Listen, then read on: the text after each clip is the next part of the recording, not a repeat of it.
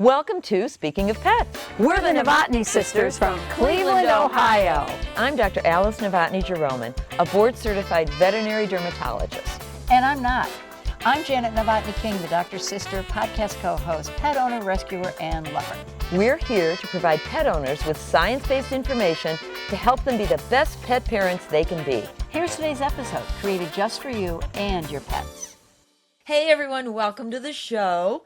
Janet, you know several of our friends have chickens as pets. That's right. The kids carry them around, they name them.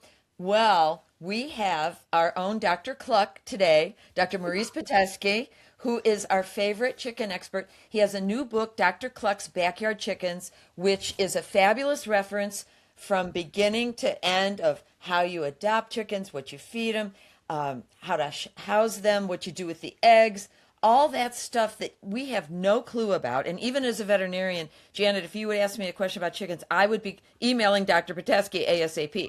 So anyway, Dr. Pitesky out of UC Davis, you guys got to get the book, Dr. Cluck's Backyard Chickens, and you can actually submit questions to Dr. Cluck if you have a question about your chickens. But we'll get into that. So welcome, Dr. Pitesky. So great to see you again. Great. Thanks for having me on again. It's great to be here.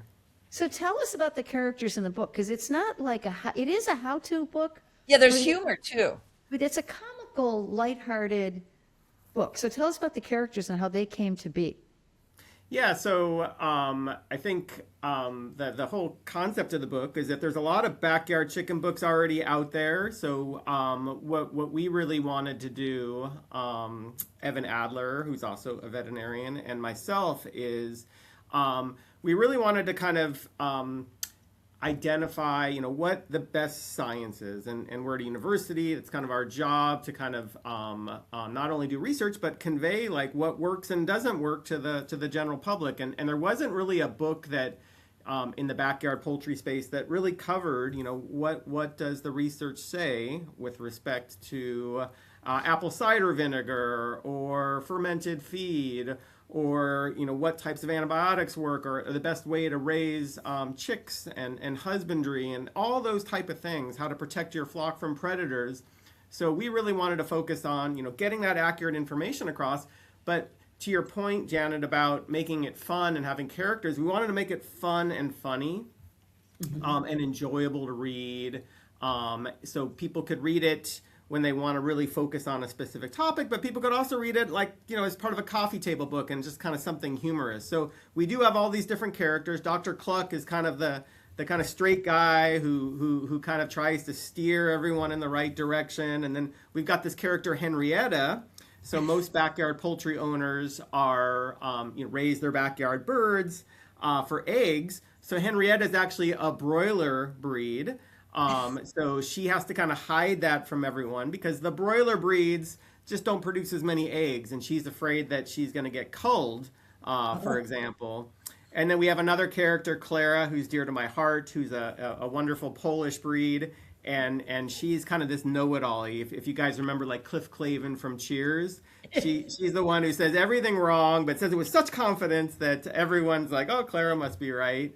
And then we have another character, Betsy, who's like this little bantam and is, a little firecracker. And she's kind of the Bart Simpson one, always getting into trouble. And then we have Gloria, who's also one of my favorites. And Gloria is a hypochondriac. And Gloria is always convinced that she's got Marek's disease or avian influenza or whatever thing's going on. And then we have Boots. And Boots is, all you see ever is Boots. And that's the owner. And Boots has a good heart, but doesn't always do everything right. And then Little Boots is Little Boots's child, and you'll see some Little Boots there. And every chapter starts off with a 1-page long kind of cartoon, with like about 5 to 8 different panes in it, and it's just telling kind of a story about biosecurity and nutrition or welfare or eggs or hatching. And it's supposed to be a little silly and goofy, but kind of gets you into that topic. So one way to read the book is just to read all the cartoons at the beginning of each chapter, and then to look at some of the cartoons, like these kind of just one single cartoons that are buried kind of within each chapter that still have those same characters and are meant to kind of poke fun at the characters and chickens in general, because chickens are just kind of silly. So that's kind of the big picture there, and it's been a fun project to work on. We have a wonderful illustrator, Will, who's just brilliant. And I used to joke with him that whenever I go to his office, he would have less and less pictures of his kids and more pictures of the characters that he was working on. So it's been a great project for Evan, Will, and myself, and it's finally come out, which is great. It's the first book I've ever written. Wasn't on my bingo board of things to accomplish in my life, but hopefully there's other opportunities moving forward. You know, Janet, so many people in science that we've interviewed on this show end up publishing a book, and without any intention of doing so. And I love that, because that's sharing all of their knowledge with us. Like, Janet, you and I were raised in the city. We don't know anything about chickens. Like, where would I buy baby chicks if I wanted to start? Our story growing up in Cleveland is every Easter on Good Friday. We don't know where my dad went, but he'd drive to some farm. We've probably told you this. He'd drive to some farm and he'd come home either with ducklings or little chicks. And we had ducklings. I don't ever remember chicks. We had Phoebe, Romeo, Juliet, and Phoebe. But I had Zayat was my bunny, but we hatched chicks at school. The egg turning thing. So anyway, so Dad would bring home ducks or rabbits, and all the neighborhood kids would come down, and we'd feed them and dress them up and play with them and create a house out of cardboard boxes for like maybe 3 weeks, and then they mysteriously went back to the farm. Yeah, the farm. But we didn't know what we were doing. And let's face it, back then, there were no references out, let alone no fun references like what you're doing. But so where would we buy, if we're very interested in this? First, I guess we need a shelter, because you don't want to go buy chicks and not have anywhere to put them. So what's start the at the perfect beginning. home look like? The perfect coop. Yeah, so literally that's how we start the book, is basically like, if you're, kind of interested or curious, you can start, kind of thinking like, okay, what if I was going to have backyard chickens, what do I need? Yeah. How much space do I need? What is my coop going to look like? What are the things that are around my backyard that I need to be aware of? They might have arborage for rodents, for example, or maybe you have owls and other raptors that are flying overhead. And, what are all the things that you need to think about? What kind of time commitment is it? Where am I going to get birds or chicks? Or am I going to start from the beginning and get hatching eggs? All those things we kind of talk about in the beginning. Do I have a veterinarian? That's, as we all know, that's a real problem in the U.S. We don't have enough, and we're working on this at UC Davis, among other vet schools. We don't have enough commercial poultry vets, but we also don't have enough small animal vets that do dog and cat stuff, that know just a little about chickens.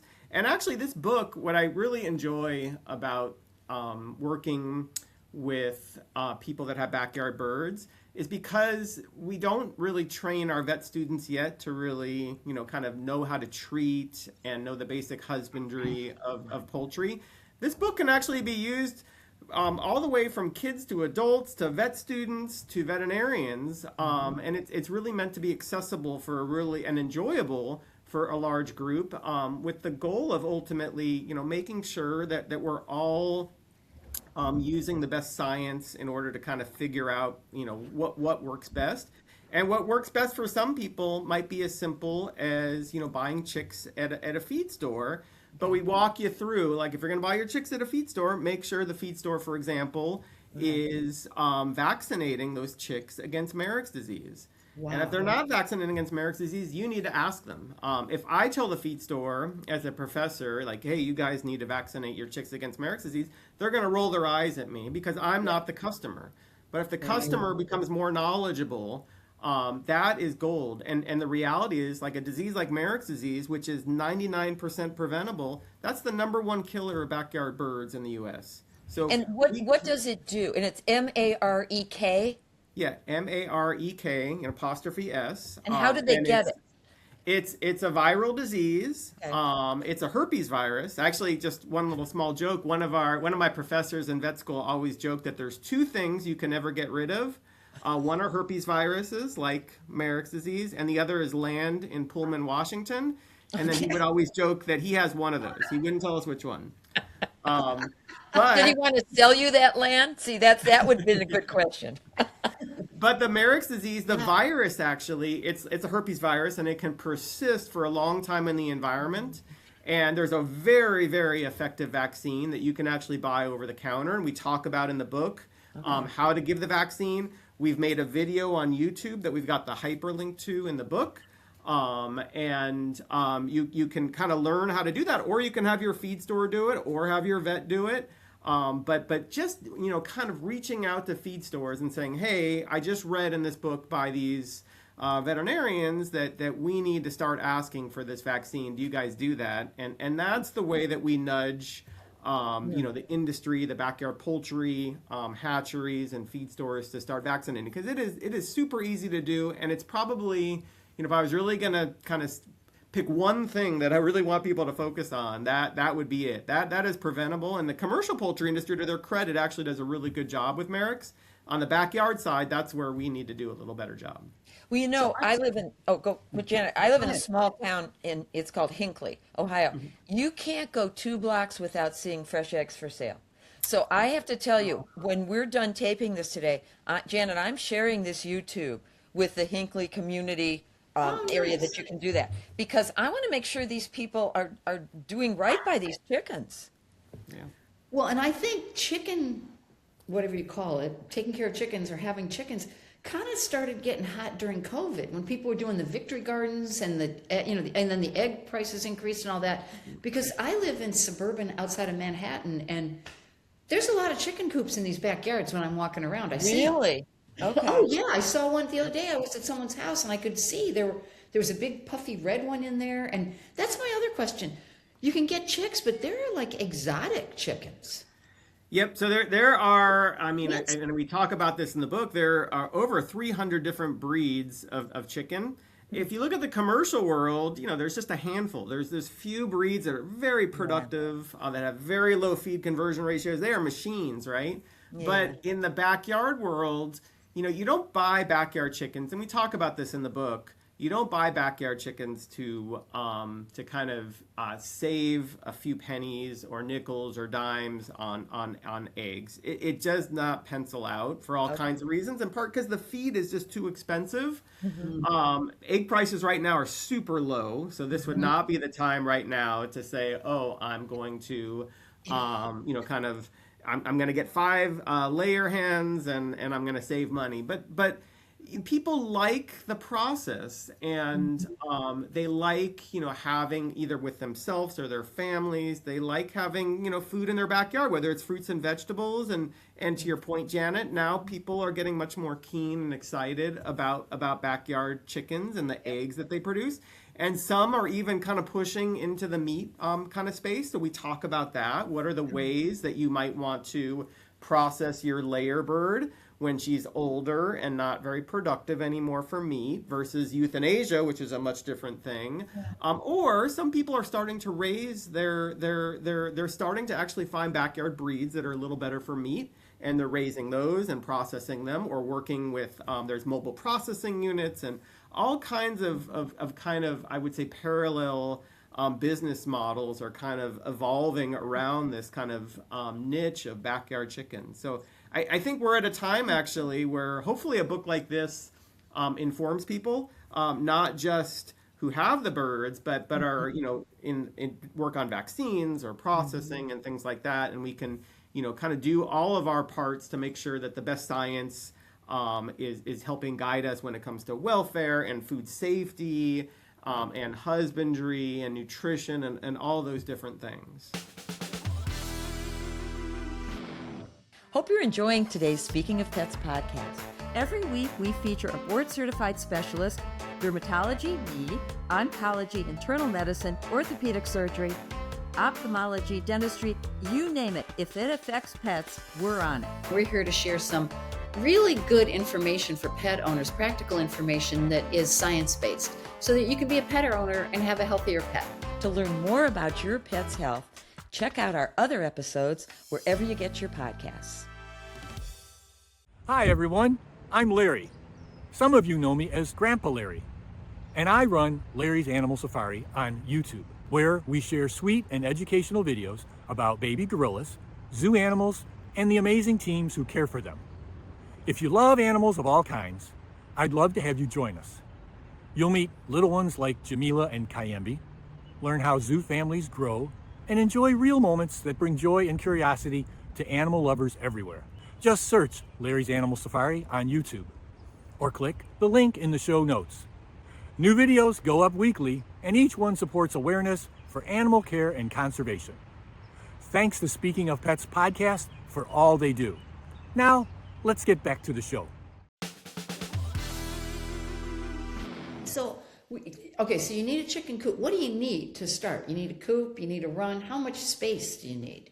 Yeah, so we talk about that. So I would say, I think the most common scenario is people will buy their chicks, basically 1 to 3 day old chicks at a feed store, and then they'll bring them home.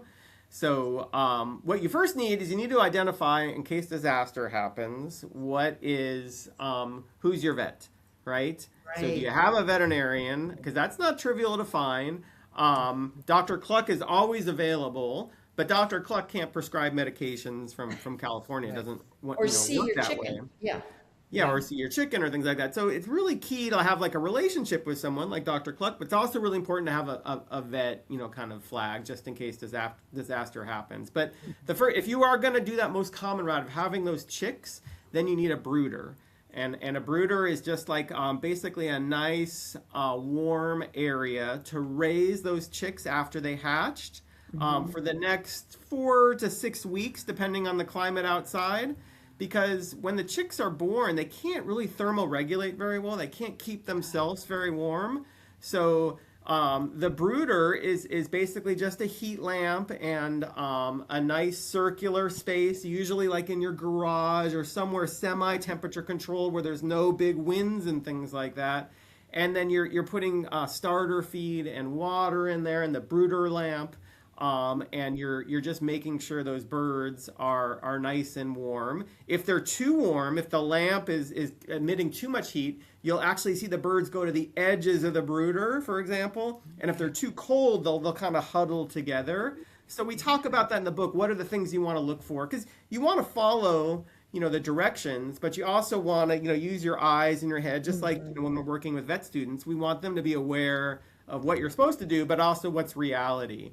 During those 4 to 6 weeks, we're slowly lowering the temperature because they're getting hardier and they don't need as much heat. We start off at about 100 degrees Fahrenheit and then slowly ramp down each week.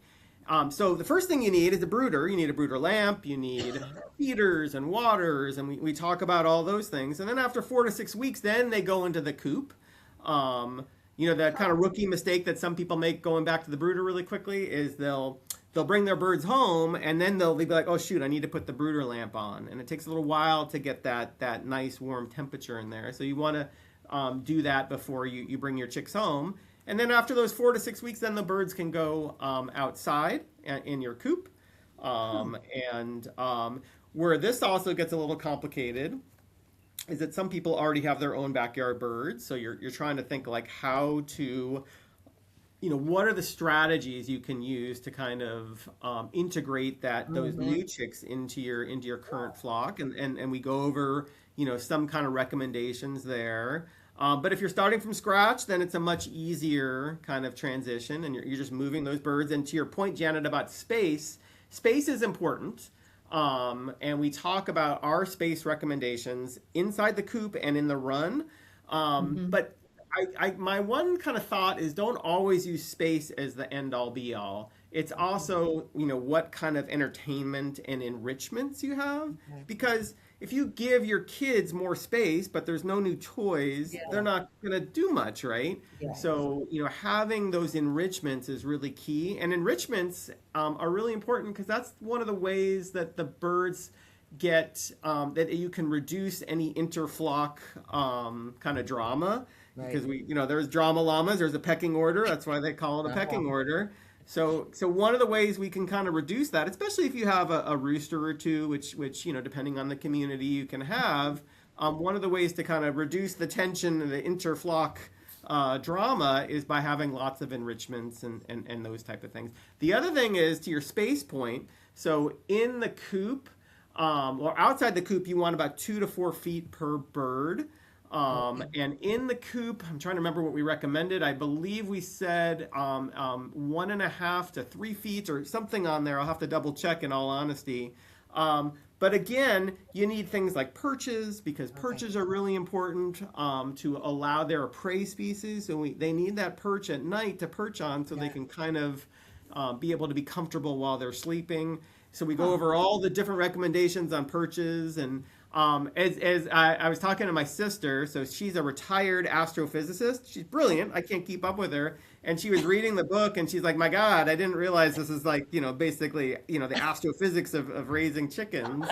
And it's not meant to be, but she will, just because she's an infovore, she'll try to capture all the different pieces of information and try to connect them together to understand what's the best way to raise these birds. But so don't always entertainment. But wait, for entertainment, do they like HBO, Mormon Wives, No, besides Real the Housewives, like little boxes they can go into, like what kind of entertainment or enrichment? Yeah, I would think. So some backyard birds they are not the lucky thing for us is you don't have to do much. Just by having first of all, they don't do well by themselves. So when we think about minimum numbers, you don't want one. Okay. And because you don't want one, don't get two. Because if you get two, disaster is going to happen, and then you're back down to one bird. So I always tell people you have kill each other? Huh?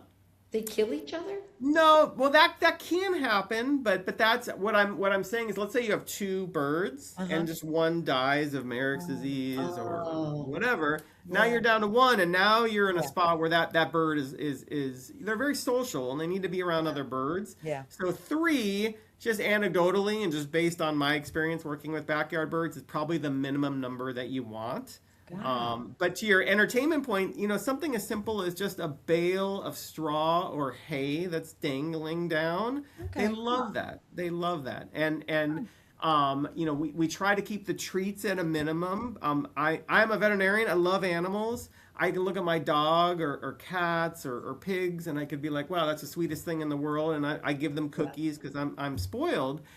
I look at chickens and I don't want to give them chicken scratch. It doesn't evoke to me that I'm going to give them food, but people love to give them things like insects, like black soldier fly larvae.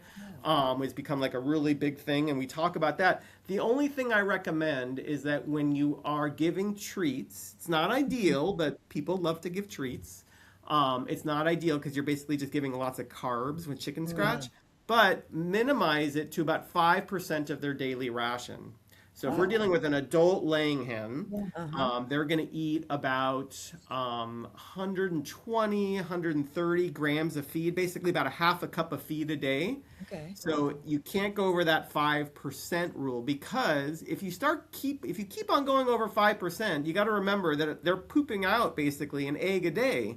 Yeah. And that egg has about 4 to 5 grams of calcium in it. So if you are displacing this perfectly formulated layer ration with all this calcium in it, and you're displacing that and giving them basically carbs, from chicken scratch, now you're going to start having soft eggs. And when you start having soft eggs and things like that, disaster can happen. And they can actually die if one of those eggs cracks inside them. That's a real problem because E. coli then start coming in and there's not much you can do at that point. So I think when it comes to nutrition, we all love to spoil our animals. I'm guilty of that, but I think we just need to be a little cautious. And in a perfect world, just give them the layer ration. They'll get insects and all kinds of stuff from kind of just interacting with the environment because they've got a coop and they've got to run and there's just all kinds of stuff going on. But if you must, just try to keep it at that 5%-ish. Wow, I never realized that. I'm part of this greenhouse group when we grow plants, and we put chicken scratch on top of the seeds that we're growing in the dirt because it keeps the little gnats and bugs away. Ah, interesting. I'd never even worked. Isn't that bizarre? They're like, we're putting chicken scratch on top, and I'm like, really? And so we sprinkle it on top of the little seedlings you start. Wow. And we sprinkle it on top, and it keeps the bugs away. I don't know why, but it works. Interesting. Isn't that nutty? It's kind of weird. When they do lay eggs, I remember in Florida, we had friends that had an egg farm, and they always had to wash the eggs. What does that mean? You can wipe Yeah. them off too. So the washing of the eggs is I joke with people. There's three things you don't talk about in polite company. And we talk about this in the book. You don't talk about politics, religion, or whether or not to wash your backyard chicken eggs. Because people get so passionate about this topic. It's kind of interesting. So in the United States, if you sell commercial eggs, you have to wash your eggs. Okay. I think the United States, Japan, and Australia, I believe, are the three countries where you have to wash your eggs to sell them commercially. Because of why? Well, yeah, because of on the outside of the egg, there are bacteria. Now, most of those bacteria are harmless, but there's Okay. bacteria there. So in the United States, the way we deal with those bacteria, let's say we're dealing with, God forbid, salmonella or some types of what we call pathogenic, E. coli's and things like that. We don't want them. So in the United States, the way we deal with that is we require our eggs to be washed and then they go in the refrigerator at the store. Oh. That's great. That's one solution. If you're in other parts of the world, like for folks that have traveled to Southeast Asia or Europe, you'll see eggs that are a little dirty. Yeah. And the eggs, when they're laid, there's actually this thing called a cuticle or a bloom on the outside. Okay. And that actually has some kind of antibacterial kind of properties to it. So it's almost like a cultural thing. Some parts of the world, trust the bloom. Yeah. And because when you wash the egg, like we do, you wipe off that bloom. Right. Now, there's arguments for and against, and like I said, we could spend, believe it or not, hours going back and forth on this. For backyard birds, I tell people don't wash your eggs. And the reason I tell them not to wash their eggs is because when people wash them, the eggs are kind of porous. They actually have about 10,000 little tiny holes in them. Oh. And when you wash them, a lot of people dunk them in water. Like I was actually watching one YouTube video where the lady's like, they tell me not to dunk them, but I dunk them anyway. And I'm like, oh my God. So when you dunk them, that has a tendency to drive bacteria through those pores into the egg. Into the egg. So I would say there are, and we go over the ways that you can wash your eggs if you feel it necessary to wash your eggs. We live in a country of abundance. So if people have poop on their eggs, you could make an argument, and we talk about this, you could make an argument to let the poop kind of dry and then take a little piece of sandpaper and then wipe off the outside of the egg with one of these kind of commercial backyard egg washing solutions. That's totally legit. But because we live in such abundance, I just tell people, just throw that egg out. And if you have a lot of eggs that have poop on it, then we've got a problem and we need to deal with that. That's not normal. So I feel like sometimes we're arguing about these kind of 1% type issues, literally. Why are we getting so much, if we're having 50% of our eggs that have poop on it, and because they're not laid in the nest, for example, or our coop is dirty. That's the issue, not so much the symptom of having a lot of eggs with poop on them. What do they wash them in? Yeah, it's kind of like a dilute bleach solution. Oh, okay. There's some disinfectants there. There's different ones, but basically some kind of disinfectant. But okay, refrigerate or not refrigerate? Yeah. So that's the next question. So if we were in other parts of the world, we might not refrigerate. When you go to parts of Europe, for example, you'll see the eggs dirty and on the shelf, which is very strange to us because we're used to kind of clean sterile eggs. It's kind of funny whenever we sell, let's say there's some opportunity for our layer industry to sell eggs to Mexico. They actually don't like our eggs because they're too clean. They look like they came out of robots or machines to them. True. They actually like them a little dirty. Kind of just gives them confidence that it came from a real farm or things like that. But refrigeration is great, as I think a lot of us know, in the sense that every bacteria, the E. coli's and the salmonellas, they can actually grow orders of magnitude faster at room temperature versus in a refrigerator. So God forbid you have salmonella inside your egg in the yolk, where there's lots of nutrition. it's not just having the salmonella, but it's having enough to actually cause disease. And if there's one in there, your immune system will be fine. But if there's 10,000 in there, you're going to get sick if you're exposed to that raw egg.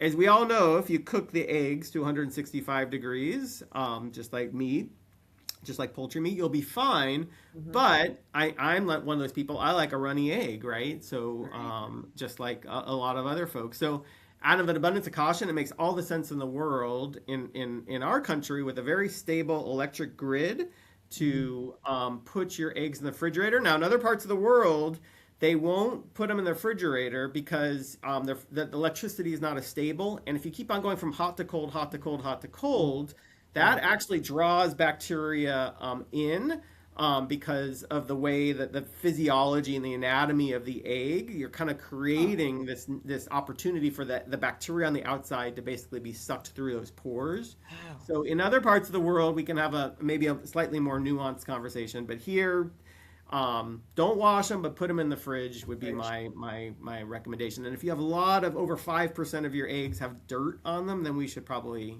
you can send Dr. Cluck an email or you can read the book or Google around to kind of learn more about why that's happening. So how old are the chickens, the hens, before they start laying eggs? Yeah, so great question. So they are chicks for about 6 weeks-ish or so, and then they become pullets, kind of like teenagers. Okay. A little unruly and a little, kind of attitude looking. Yeah, they're not the best looking at that point, and then they kind of blossom into these, hens around 20 weeks of age. But the eggs can be a little small. They can sometimes be double yolkers, where you have two yolks in there. Yeah, those are actually illegal because. Yeah, so the farms are supposed to remove them from the supply. I think because you're probably getting twice the cholesterol, if I had to guess. But how do you know? Oh, yeah, they'll actually, so it's really incredible. If you ever go onto these farms, there's a million birds and things and just, tens of thousands of eggs coming down these assembly lines. They can candle them. So they have, they basically, and you can do this yourself. You can take the flashlight from your cell phone and look at the eggs. And actually that's one of the ways, if you want to kind of complicate your life, like many of us do, and you want to be the gold star student, you can actually, incubate your hatching eggs. And using that cell phone, we've got pictures in here from a wonderful vet who does a lot of commercial work on hatching eggs. So we've got these amazing, beautiful photographs, actually, of what you're looking for at each stage of embryo development. And that's really important because you want to make sure you have a good, not just a high percentage of eggs that are hatching, but you want to make sure that those chicks are nice and healthy when they finally hatch from the incubator. Hey, I feel lucky when I get one of those from the grocery store eggs. I know. It's like, it's still I know. I'm on your side. I feel like that's a great business opportunity for someone to sell double yolkers. And we actually even talked about that there was a triple yolker. And I think we have these footnotes that are supposed to be these kind of fun factoids. Yeah. So we talked about the probability of getting a triple yolker. So I think we made a comment that if you ever get a triple yolker, you need to immediately drop everything and go get a lottery ticket. Oh, absolutely. That's jackpot. That's jackpot. 100%. Yeah, that's very, very, very rare. But the double yolkers, you can kind of they look a little bigger. So if you're ever suspect, you can kind of take your cell phone flashlight. But if you live in a seasonal area like winter, and we had a bad winter, really bad winter, what happens to those chickens in the winter? Where do I put them? They're actually pretty hardy. So it's interesting because you'll see every single winter, unfortunately, on social media, you'll hear these kind of really bad stories about people that they're using some kind of space heater to heat their coop, and they kind of like set it and forget it, and then you imagine you're in a coop, it's cold, but it's also very dry, and you've got a lot of dander and almost like kindling kind of stuff that's in there. And every single winter you hear a story about a coop burning down. I know we all want our birds to be, comfortable and warm. And actually, they do really, really well in the winter. They don't produce as many eggs for well, for all kinds of reasons. Yeah. But they huddle together.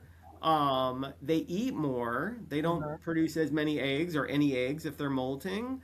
But they do actually well. What I'm concerned about, and I'm from California in Davis, our summers are really hot. Yeah. And I worry a little more about the summers sometimes than I do about the winters, especially for these big hardy breeds. And then, as we all know, some of us spoil our pets, or our pets are a little on the plump side. And we go over like how to identify that and what are the strategies to reduce that. But if they're a little kind of obese, especially in the summertime, that's more body weight to cool down. And that can be challenging. You can set up misters; those have advantages and disadvantages. You can actually take the bird, and if they'll tolerate it, and I've had good success with this, where you take the bird and you put it in kind of just a relatively cool, not freezing, kind of almost like a tank of water, just to kind of cool off the outside of them. And then you can also put some ice cubes in their waters and things like that. But I have seen it where some of these, especially kind of more obese birds, they will have some, they'll at the minimum be stressed. You'll see some open mouth breathing. But I have seen it and heard from people where it's been, it's unfortunately resulted in mortality. So the cost of chickens are the coop, the food, right? Fresh water, the vaccine. But also, how often do you have to keep that coop pretty clean, I'm assuming? Yeah, actually, so the biggest cost that you're going to have is at the beginning when you're setting up your coop and your brooder, and those things can last for a long time. The other main cost that you'll have moving forward, kind of on the operations side, is feed, and that's usually about 70% of your operating cost. And feed, it's just basically corn and soybeans. But feed is going to be by far the most expensive thing that you're gonna have as far as your costs. But you can all the others. Some people, we're in Davis. We used to have this kind of wonderful community kind of backyard, come to our backyard chicken coop, go from place to place with all kinds of biosecurity kind of steps in there to prevent disease transmission. But people would show off their coops, and you'd have these wonderful, beautiful coops that are more for the owners obviously than the birds. Or you can just go, to the equivalent of Costco or Amazon, and you can order these things now. So all kinds of great opportunities. The most important thing to do is use material that's easy to clean. And I think sometimes we so focus on all the different disinfectants and things like that, and we can have a whole conversation about that. But perhaps the most important part is what we call dry cleaning. And that's just literally just getting all that feather dander and dust off of your coop. To your point about poop, though, if most birds are actually pretty fastidious. So if you have litter, like sometimes, like I'm from California, so we have lots of rice hulls. But some people, will use other kind of litter material, and we talk about the advantages and disadvantages of all different types of litter. But they'll actually kind of rototill the poop into the litter, and it basically breaks down and composts. So when you walk inside the coop, you shouldn't smell, a strong smell of ammonia. That's bad for us. That's bad for the birds. But you don't have to treat it like a litter box per se, where you have to go in there every day and take the poop out. And if those kind of things are happening, if it smells bad, if it's really poopy in there, those are things to kind of think about, like, well, what am I doing wrong? Is it a density issue? Do I have too many birds in this space? Do I have not enough litter? Do I not have any litter at all, which is a common thing, and now I need to put some litter in there? What are the potential solutions to kind of kind of science it out? When you say litter, well, go ahead. Isn't it just straw, or no? No, actually, so straw is great for nest boxes. Because it's, we don't want the egg to come out and crack. But straw is actually not very absorbable, so I actually don't like straw on the ground at all. Okay. I like something much more absorbable, like things like rice hulls, for example, are wonderful are wonderful for that purpose. Are they picky about their diet? Are they finicky? I don't think so. Just from what I've seen, but what I do see is where people will take a good idea, where they'll take some of their scraps, for example, Wait a minute, I just have to and show you they'll what's going on outside my window. Wait, What? wait, he's right here. Wait, we you can't, see oh, up in Atticus? the I corner in don't the see bottom left anything. there. There he is. Yeah.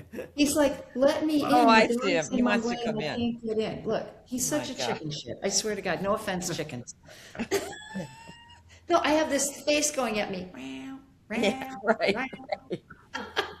I would worry too about getting back to when you're talking about the feed. Like you want to buy the feed from a place that has good turnover, right? Yep. Yeah.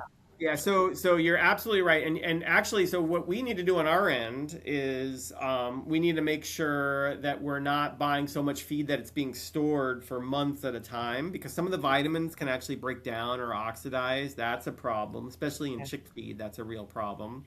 And we also want to make sure that we're storing the feed in a place where there's no rodents, or we're protecting Oh, ourselves against rodents, because Oh, rodents love, and we talk about that in the book, and kind of yeah. poke fun at the rodent kind of issue, but rodents um, love chicken feed.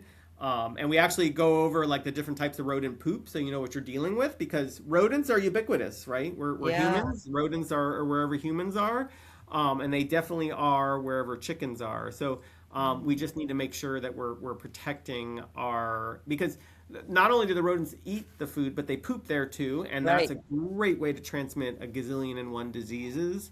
So controlling against rodents is really fundamental. Even just things as simple, and we talk about this in the book, even things as simple as when you look at a roof rat can jump Oh, from a tree Yep. 3 to 4 feet from the tree onto the top of your coop, and then kind of work their way into the coop. So we talk about pruning your trees back yeah. in more than 3 feet or so. Yeah. So it makes it much harder for them to kind of get into your coop and start spreading disease.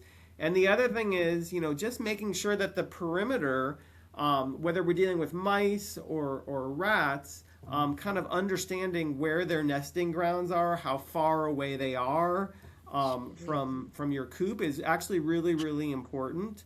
And is a great way to kind of help kind of control or mitigate, kind of rodent issues. There are all kinds of, and we talk about this in a book in a pretty extensive fashion. There are different ways to kind of control rodents, whether you're using baits. We talk about the advantages and disadvantages of that. Whether you want to use, organic poisons, whether you just want to use what are called tin cats, basically little traps, to trap them and then dispose of them in different ways. We talk about all those different types of things. And there is no kind of perfect solution. And rodents are ubiquitous. So we're really just Yeah. trying to kind of mitigate their presence and the potential for disease spread. What Gosh, my about friend mold has, in the food? oh, mold in the food? Yeah, I mean, Oh you yeah. probably can't let that food get wet when you're storing 100%. it. Yeah, Oh, that's really important. And to your point about feed stores, some of us, Yeah. especially in more remote areas, we Yeah. are going to have access to feed mills, which is great. But I have noticed if the feed mill doesn't have experience with poultry feed, that could be a really big problem, in the sense that I was on one farm once, just as an example, where if the feed should kind of crumble in your hands. So as a poultry vet, you'll go onto a farm, you'll put the feed in your hands, and you'll try to kind of just make sure it kind of these pellets turn into a nice little dust. If that doesn't happen, then they're basically making these pellets too hard, and they sometimes make them too hard because it's for pig feed, right? So they're making poultry feed, it's formulated like poultry feed, but the pellets, they're pelletizing it in the same way that they would pelletize pig feed. So the chickens can't, they can't basically digest those pellets because they oh don't have my teeth, right? So it is really important to work with a feed mill that does have experience with chick feed. And pellets are great, They're easy to clean up. They're just a tiny bit more expensive, but they don't contribute to as much kind of spillage and wastage. So pellets are great. I think it's a good use of kind of the limited resource of money when your birds are layers. But I think it's also just really important to make sure we're working with a good feed store, which most of these feed mills are actually really good at it. But I have run into a few where there's this learning curve trying to figure out how to pelletize the feed correctly for birds. Yeah. So how do you go on vacation?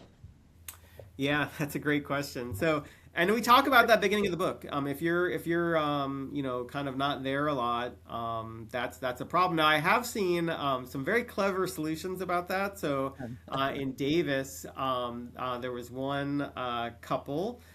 They were empty nesters, aside from the chickens, of course, and they built their coop across the fence line with their neighbor. So it was brilliant. I thought it was like a really clever solution. It was really just amazing. So, and the other family was young, they had kids and things like that. So it worked really well, actually. So the empty nesters would take care of the birds the majority of the time. But when they wanted to go on vacation, see grandkids, whatever, then they would coordinate with their neighbors in that way. But that's one way. But obviously, just like when you have someone pet sitting, that's also kind of something that can happen. As we all know, disaster usually happens when you're away. So we've all been there. And birds are chickens are amazing animals in all kinds of ways, including they at some point it becomes a relatively low maintenance kind of gig, and you're just getting eggs and you're going out there. One thing I always tell people is, make sure you always go out at least twice a day and just kind of observe, because you really want to know, just like when we're in vet school, you want to know what normal is. So when you see abnormal, you know it. And then the other thing to think about is, and I know we all slack on this, is to keep just some basic logs of how many eggs they produced a week, right? Because when I get these phone calls, including from large commercial farms, they'll tell me something's wrong, and I'll be like, well, is our egg production down? Is our feed consumption wrong? What's going wrong? And they're like, I know something's wrong, but I think it's down a little.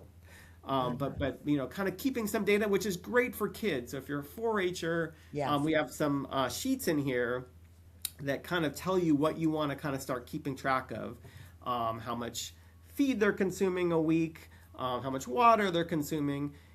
Sometimes the feed's going down and you're like, well, what's going on? Well, it's maybe because they don't have access to water. One of the rate limiting steps of feed consumption is water. They drink twice as much as they eat. So for some reason your waters aren't working and things like that, but you're not keeping track of that, then we have to kind of try to figure out, well, why aren't they eating, right? What's going on? When it's hot out, for example, they'll have decreased feed, just like we all don't want to eat as much when it's hot out. But there's so many different reasons, and just keeping some basic data, which we talk about, is also a great opportunity to kind of start troubleshooting on your own what might be going on. So you just mentioned a waterer. You don't have a bowl of water. There's an actual waterer. It's like a thing with a tray. Is it like the hamster waterer with the tube? There's a lot of different options, and water is a tricky one, because you want the water to be clean, and birds aren't always cooperative when it comes to water. Sometimes they want to perch on the waters. There are the bell waters, which are great, and they can be easily cleaned. There are these nipple drinkers, which I like a lot, because it's a little harder to contaminate the water from the nipple drinker. But if you don't pay attention to them, they can leak. And making sure that that the nipple part's cleaned out periodically, because you can get all kinds of biofilms in there is a problem. So water is, we all kind of take it for granted, but water is not trivial. We have fiddled around with all kinds of different, being at university is great. I can work with all kinds of brilliant engineers. So we fiddle around with all kinds of kind of hanging systems that are almost like a long cylinder of plastic. But when it gets windy, those can kind of start spilling water. And when you have a lot of spillage of water, that creates, a nice home for bacteria and parasites like coccidiosis and things like that. So there's no perfect solution other than whatever you do, pay attention and stay on top of it. Because if you don't stay on top of it, whatever system you use is gonna bite you back. Janet, I have to ask a question about dermatology. Do you see a lot of lice or mites in chickens? Absolutely. Yeah, Because that's I know actually when I was working with pelicans, they all had lice. yeah. But lice stays on the pelican. It didn't like me. But Yeah. so speak about that, Dr. Pitesky. Yeah, so those are you basically just kind of identified the two biggest ectoparasites that we deal with. Oh, lice. Okay. There's so one of the great things about the book is we have so Evan Adler and myself, we're both vets. We both work with a lot of poultry. We talk about what we talk about, but there are experts in poultry behavior, and there's a wonderful professor who's a poultry entomologist at UC Riverside, who really helped us when it comes to parasite control. Because full disclosure, that's not my area of expertise. I don't know, that kind of stuff.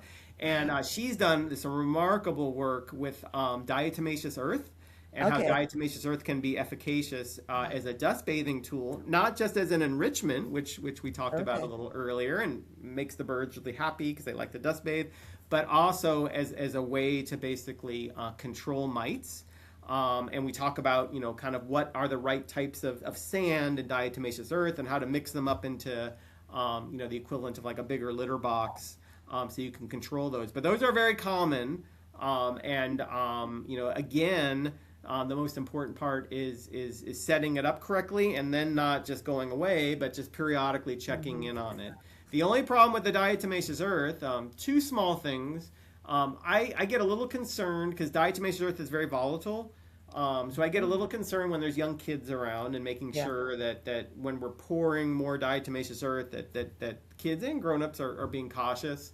And then the only other thing with diatomaceous earth that I get a little concerned about is just making sure that people I keep hearing how people sometimes just put it on the ground, and I'm like, nope, that doesn't work. And if you talk to Amy Murillo, whose name I'm finally remembering, the wonderful poultry entomologist at UC Riverside, we've basically been able to, working with her, really identify what the best practices are to control those two ectoparasites and identifying ectoparasites.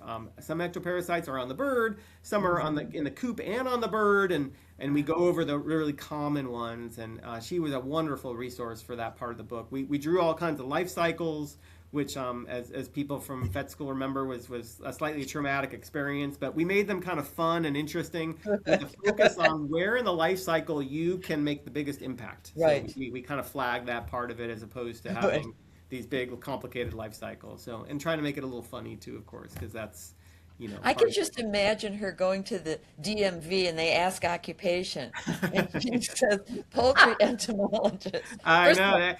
I was joking with her once, like she's living the dream. That's what she always wanted to do. Living the dream. I wanted to be an astronaut. She wanted to be a poultry entomologist. I can't believe your sister doesn't come up with some these coops remind me of catios, Janet, where people have all these catio type things. So these people that have these coops for their chickens and try to outdo one another. I can't believe your astrophysicist sister hasn't developed a moon shaped one or something like that. I'll call her after this. Okay, good.